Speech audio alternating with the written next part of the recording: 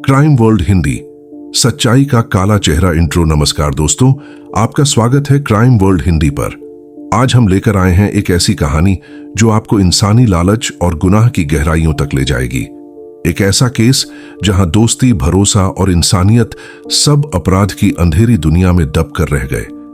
यह है सच्चाई का काला चेहरा, एक सच्ची क्राइम स्टोरी। कहानी शुरू होती है दिल्ली की भीड़भाड़ वाली सड़कों के बीच एक छोटा सा मोहल्ला था जहां लोग अपने अपने कामों में लगे रहते थे। वहीं रहता था विवेक शर्मा, उम्र 28 साल, जो एक प्राइवेट कंपनी में काम करता था। देखने में सीधा साधा इंसान, लेकिन अंदर ही अंदर उसकी जिंदगी में कई खामोश तूफान पल रहे थे। विवेक का सबसे अच्छा दोस्त था रोहित वर्मा। दोनों कॉलेज से ही दोस्त थे। लोगों को लगता था कि इनकी दोस्ती कभी नहीं टूट सकती, लेकिन अक्सर कहा जाता है कि जब पैसों और लालच की बात आती है तो सबसे मजबूत रिश्ते भी बिखर जाते हैं। रोहित का कारोबार था प्रॉपर्टी डीलिंग का। वो कई बार विवेक को भी इस धंधे में खींचने की कोशिश करता, लेकिन विवेक हमेशा मना कर देता। उसे लगता था कि यह काम उतना साफ नहीं जितना बाहर से दिखता है। लेकिन एक रात सब बदल गया। विवेक के ऑफिस से घर लौटते वक्त उसे एक पुराना दोस्त मिला, अनिल। अनिल ने शराब पी रखी थी और गली के मोड़ पर खड़ा कांप रहा था। विवेक ने उसे सहारा दिया और घर तक छोड़ा। रास्ते में अनिल ने जो बातें कहीं, उसने विवेक के पैरों तले जमीन खींच ली। अनिल ने बताया कि रोहित का बिजनेस सिर्फ प्रॉपर्टी तक सीमित नहीं है। वो गैर कानूनी लेन देन, हवाला और यहां तक कि मर्डर सुपारी तक का काम करता है। यह सुनकर विवेक का दिल दहल गया। विवेक ने उसी रात तय किया कि उसे सच्चाई जाननी होगी। उसने रोहित से दूरी बनानी शुरू कर दी, लेकिन रोहित ने बदलाव भांप लिया। एक शाम रोहित ने विवेक को अपने ऑफिस बुलाया। कमरा धुंधली रोशनी में डूबा था। टेबल पर नोटों के बंडल रखे थे। रोहित ने मुस्कुराते हुए कहा, विवेक, तू बदल गया है, पर याद रख, इस खेल से बाहर निकलना इतना आसान नहीं। विवेक ने डरते डरते पूछा, कौन सा खेल? रोहित की आंखों में ठंडा सन्नाटा था। वही खेल जिसमें तेरा नाम भी अब शामिल है। विवेक को समझ नहीं आया कि यह कैसा जाल है। अगले ही दिन उसके घर एक अजनबी लिफाफा पहुंचा, जिसमें खून से सनी एक फोटो और धमकी भरा खत था। उसके बाद शुरू हुआ मौत का खेल। विवेक के हाथों में वो फोटो कांप रही थी। तस्वीर में एक आदमी सड़क पर खून से लथपथ पड़ा था और उसके कपड़ों पर पहचानने लायक कोई नाम या निशान नहीं था।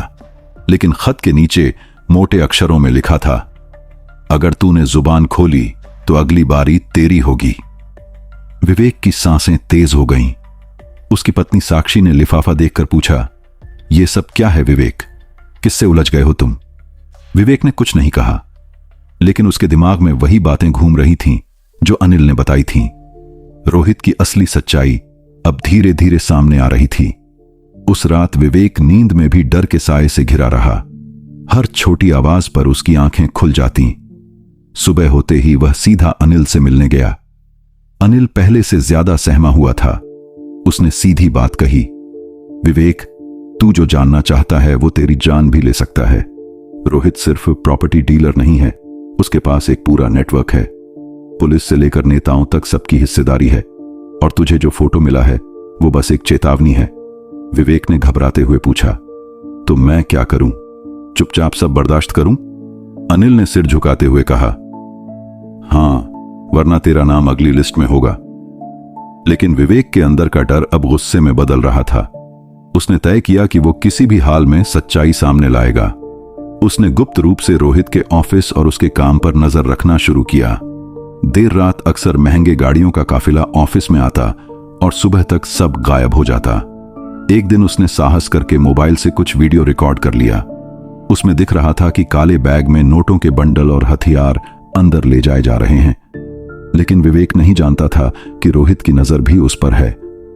2 दिन बाद विवेक की गाड़ी का ब्रेक रास्ते में फेल हो गया। वह मुश्किल से बचा, लेकिन समझ गया कि यह कोई हादसा नहीं था। यह साफ इशारा था कि खेल और खतरनाक हो चुका है। विवेक ने तय किया कि अब पुलिस तक पहुंचना ही पड़ेगा। वह सीधे क्राइम ब्रांच ऑफिस गया और एसीपी अजय राणा से मिला।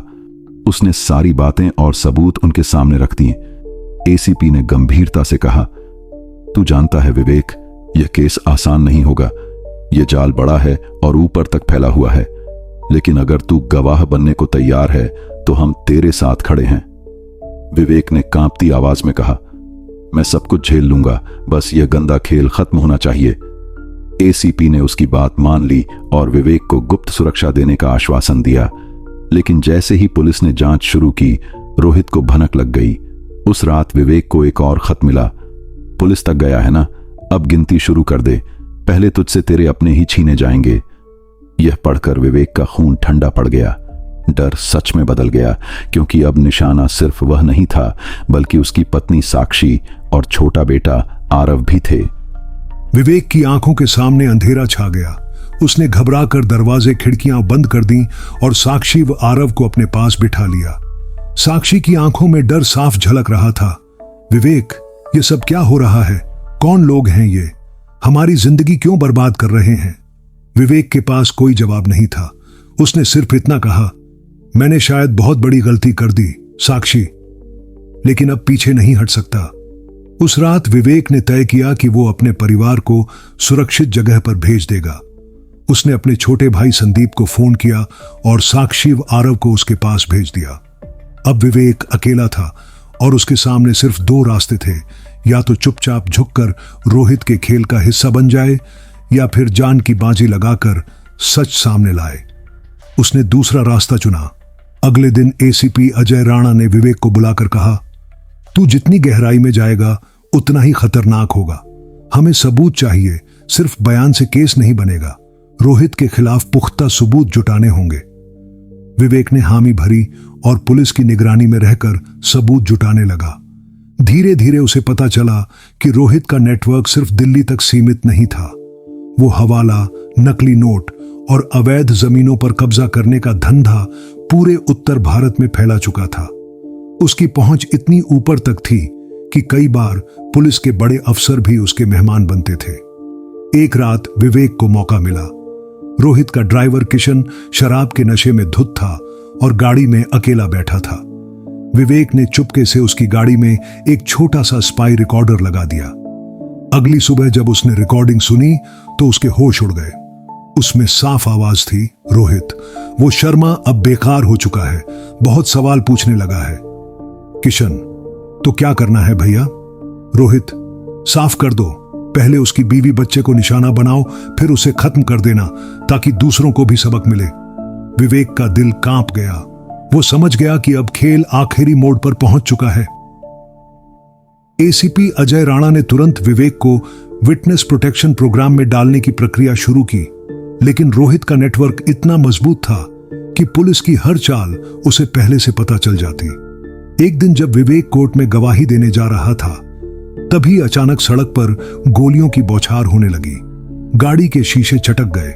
लोग चीखते हुए इधर उधर भागने लगे।